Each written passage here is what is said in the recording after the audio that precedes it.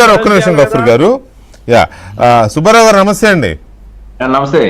ఇప్పుడు అవినాష్ రెడ్డి బెయిల్ రద్దు చేయాలి అని సునీతారెడ్డి గారు వేసిన పిటిషన్ విచారణలో భాగంగా అడిగితే దర్యాప్తు అయిపోయిందని సిబిఐ చెప్పిన పరిస్థితిని మీరు ఎలా అనలైజ్ చేస్తారు?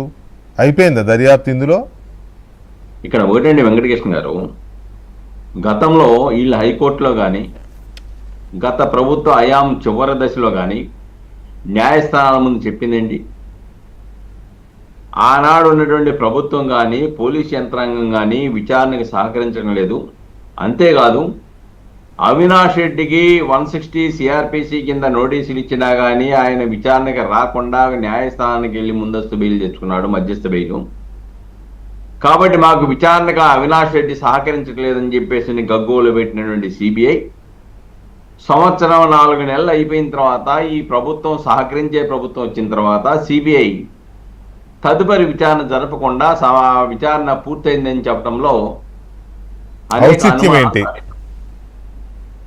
చాలా అనుమానాలు తావిస్తుంది. ఎంచేతంటే ఇప్పటికి కూడా వాళ్ళు ఏమన్నారు, సుప్రీంకోర్టు కూడా చాలా చెప్పింది, రామ్ సింగ్ మీద, సునీతారెడ్డి గారి మీద, ఆమె భర్త మీద కేసు పెట్టినప్పుడు ఇమీడియట్ గా ఛార్జ్షీట్ ఫైల్ చేశారు. ప్రైవేట్ కేసు వేస్తే వెంటనే పోలీసులు పంపితే పోలీసులు ఛార్జ్షీట్ ఇచ్చారు గత ప్రభుత్వ హయాంలో.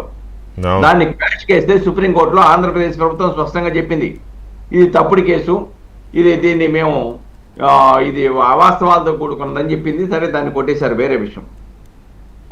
సిబిఐ మీద కేసులు పెట్టినా లేకపోతే విచారణ సహకరించకపోయినా వీళ్ళు ఫర్దర్ విచారణ జరపాల్సిన అవసరం లేదు. ఇందాక మీరు చెప్పినట్టుగా విజయసాయిరెడ్డిని విచారించాలి, అలాగనే నారాసుర రక్త చరిత్ర రాసినటువంటి ఆ రాతగాడిని, ఆ యజమాని విచారించాలి, అలాగనే బాబాయ్ నోమోర్ అని చెప్పేసి ఫోన్లో వచ్చిన సమాచారం చెప్పాలి.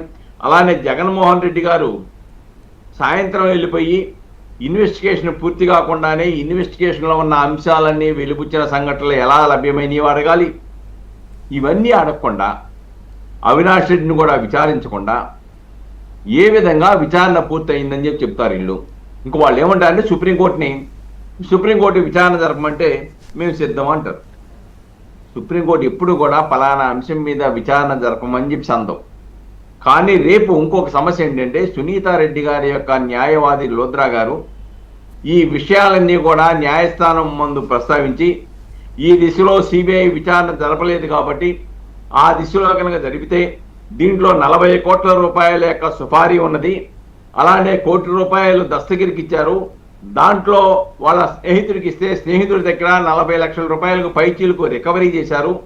ఈ 40 కోట్ల రూపాయలు ఇచ్చేవంటి ఆర్థిక స్తోమత ఎవరికి ఉంది, ఆ సొమ్ము ఎవరు ఎక్కడి నుంచి వచ్చారో ఆ దిశలో ఎక్కడ జరిపారు విచారణ? అసలు దస్తగిరికి ఇచ్చిన ₹1 కోటి, దాంట్లో 40 లక్షల రూపాయలు రికవరీ చేసి ఆ రికవరీ చేసిన సొమ్ము ఎక్కడి నుంచి, ఎవరు, ఏ అకౌంట్ నుంచి ఏ అకౌంట్కి వచ్చావు, ఇవి విచారణ జరిపారా? కాబట్టి దీంట్లో డెఫినెట్గా విచారణ జరపాల్సింది చాలా ఉంది.